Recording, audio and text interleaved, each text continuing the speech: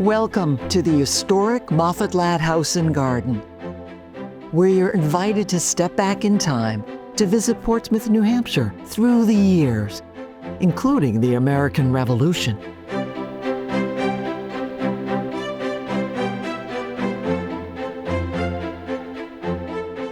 This elegant Georgian-style mansion was built in 1763 by Captain John Moffatt, a prosperous New Hampshire merchant who traded in goods and products, and sometimes slaves. The house was given as a gift to his son Samuel and his new wife Sarah Catherine Mason. Sparing no expense and designed to impress, the house took 4 years to construct. Generations of the Moffatt family lived in the elegant home overlooking the Piscataqua River, one of the deepest harbors on the East Coast, an ideal place for the family and their shipping business. In 1768, business woes forced Samuel to declare bankruptcy, and he fled with his family to the Caribbean, where he oversaw the family coffee plantation. Their youngest daughter, Polly, remained behind in the care of Samuel's sister, Catherine, and her husband, William Whipple. The couple, with the assistance of several enslaved residents, including Whipple's personal slave, Prince, oversaw the upkeep of the majestic home. By the 1770s, revolution was in the air. William Whipple, a respected and leading citizen, was chosen one of New Hampshire's representatives to the Continental Congress in Philadelphia. After signing the Declaration of Independence, Whipple returned to Portsmouth with a pocket full of horse chestnuts, which he planted in the yard. Today, visitors can see the centuries-old chestnut tree that proudly stands by the mansion's gate, commemorating that momentous event.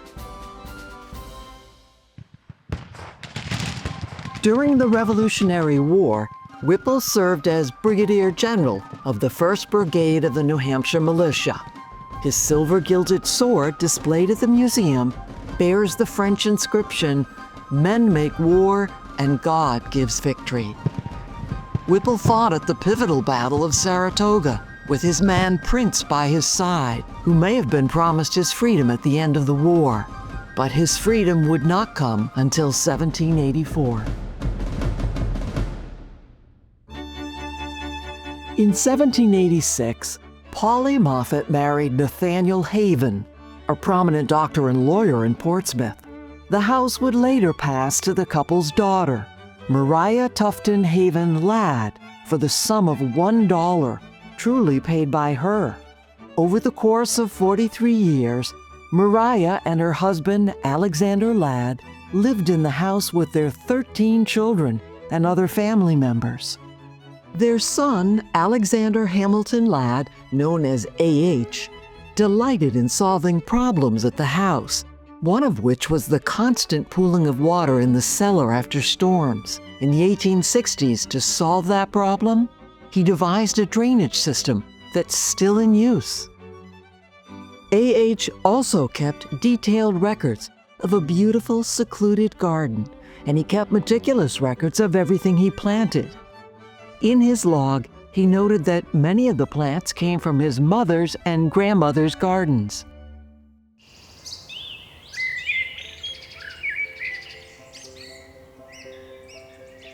While the garden has undergone many changes over the years, it still remains a shady oasis hidden away from the busy waterfront. Today, clinging to the west side of the house, the same fragrant wisteria. And lining the L, the sweet-smelling June peonies, which evoke Ladd's garden of the 1800s.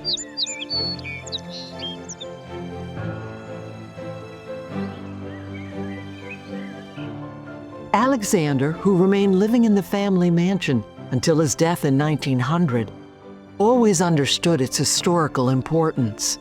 The house saw the family through births, deaths, weddings, even bankruptcy.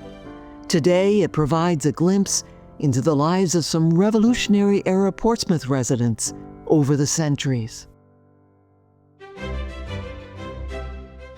In 1911, the Ladd family passed the house on to the National Society of Colonial Dames of America in the state of New Hampshire. When the Colonial Dames took possession of the house in the early 20th century, the north end of Portsmouth was a run-down waterfront area. Long gone were the stately sailing ships, and the once elegant and grand Moffatt-Ladd house needed extensive repair.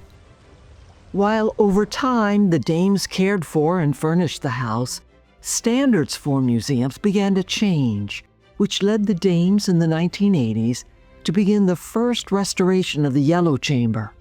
More than 40 years later, due to the tattered condition of the fabric, and because new methods of determining original paint colors had been established, it was decided that the Yellow Chamber should undergo another restoration.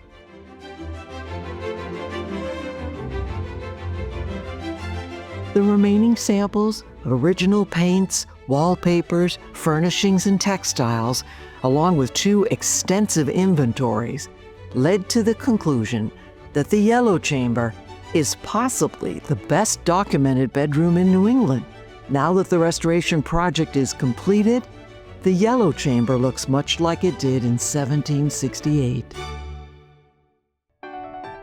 The Parlor Restoration Committee was formed in 2016 with the goal of restoring the back parlor to its pre-revolutionary appearance.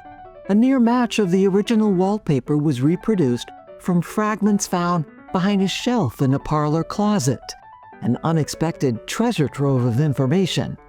Period furnishings were gathered and placed in the parlor. Hand-woven fabric was commissioned using evidence of earlier window hangings, and appropriate carpets for the period were added. Notable in the room is the kettle stand, attributed to Robert Harold, a London craftsman, and one of the finest examples of the taste in Portsmouth furniture of the time, and given by the Ladd family. There's also a suite of Chinese Chippendale furniture, and two of the portraits show Maria and Alexander Ladd sitting in those very chairs. Today, the museum houses many letters, ledgers, maps, and other documents that tell the story of the family businesses, some slave trading, and the pursuit of freedoms, as well as a fine collection of furnishings and decorative objects. The role of women is important in the history of the Moffatt-Ladd house, from the women who originally lived here and managed the property, to the Colonial Dames, who would later work to preserve the house and its collections. For more than a century, the Dames have overseen the many treasured period pieces, Portsmouth furniture, and family heirlooms. They have lovingly restored the house, which is now designated a National Historic Landmark. The National Society of the Colonial Dames of America, together with its 44 corporate societies, own or manage historical properties across the country. The NSCDA has been nationally recognized for excellence in historic preservation and for emphasizing the importance of family, patriotism, and tradition.